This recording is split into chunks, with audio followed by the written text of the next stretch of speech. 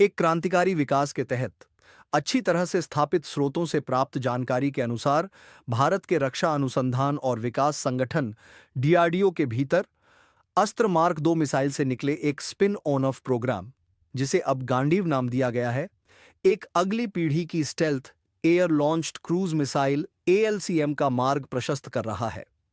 यह महत्वाकांक्षी परियोजना solid fuel ducted ramjet SFDR तकनीक, जो एक एयर ब्रीदिंग जेट इंजन है और रैमजेट सिद्धांतों पर आधारित है, का उपयोग करेगी ताकि एक लंबी दूरी की air launched supersonic cruise missile विकसित की जा सके, जिसे इंटरसेप्ट करना लगभग असंभव हो। सूत्रों के अनुसार इस स्टेल्थ एएलसीएम की अवधारणा अभी प्रारंभिक चरण में है, लेकिन यह पहले से स्थापित एसएफडीआर तकनीक पर आधारित है, जिसने मिसाइल प्रदर्शन को बेहतर बनाने की दिशा में पहले ही संभावनाएं दिखाई हैं। एसएफडीआर प्रणोदन प्रणाली, जो वायुमंडलीय ऑक्सीजन का उपयोग करके दहन को बनाए रखती है, लंबी दूरी तक उच्च गति को बनाए रखने की अनुमति देती है और पारंपरिक रॉकेट मोटरों की तुलना में मिसाइल के कुल वजन और आयतन को कम करती है। यह दक्षता कम radar cross section RCS stealth तकनीक की एक परिभाषित विशेषता को प्राप्त करने के लिए महत्वपूर्ण है, जिससे मिसाइल को पकड़ना और ट्रैक करना अधिक कठिन हो जाता है। प्रस्तावित स्टेल्थ एएलसीएम को एक लंबी दूरी के स्टैंड ऑफ हथियार के रूप में देखा जा रहा है, जो लड़ाकू विमानों को सुरक्षित दूरी से सटीक हमले करने की क्षमता देगा और लॉन्च प्लेटफॉर्म के लिए खतरे को न्यूनतम करेगा।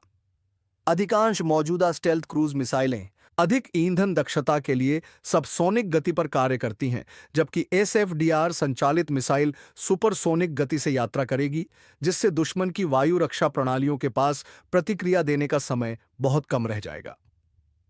यह क्षमता विशेष रूप से उन नेटवर्कों को भेदने के लिए महत्वपूर्ण है जो अत्याधुनिक रडार और इंटरसेप्शन सिस्टम से लैस हैं। एसएफडीआर तकनीक स्टेल्थ अनुप्रयोगों के लिए कई लाभ प्रदान करती है।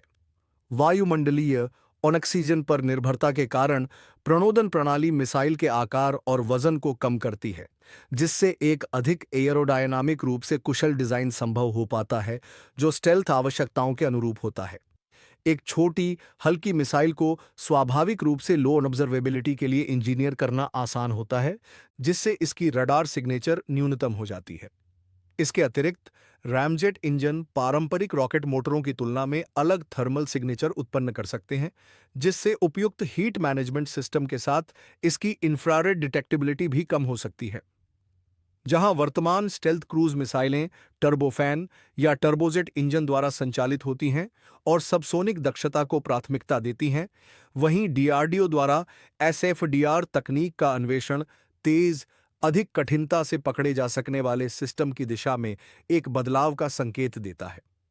लंबी दूरी तक सुपरसोनिक गति बनाए रखने की क्षमता आधुनिक युद्ध में क्रूज मिसाइलों की भूमिका को फिर से परिभाषित कर सकती है और दुश्मन की गहराई में स्थित उच्च मूल्य वाले लक्ष्यों को निष्क्रिय करने के लिए एक शक्तिशाली हथियार प्रदान कर सकती है।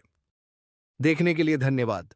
आप देख रहे थे डिफेंस वॉच, जहां रक्षा और रणनीति मिलती है विश्लेषण से। वीडियो पसंद आया हो तो लाइक करें, शेयर करें और चैनल को सब्सक्राइब करना न भूलें।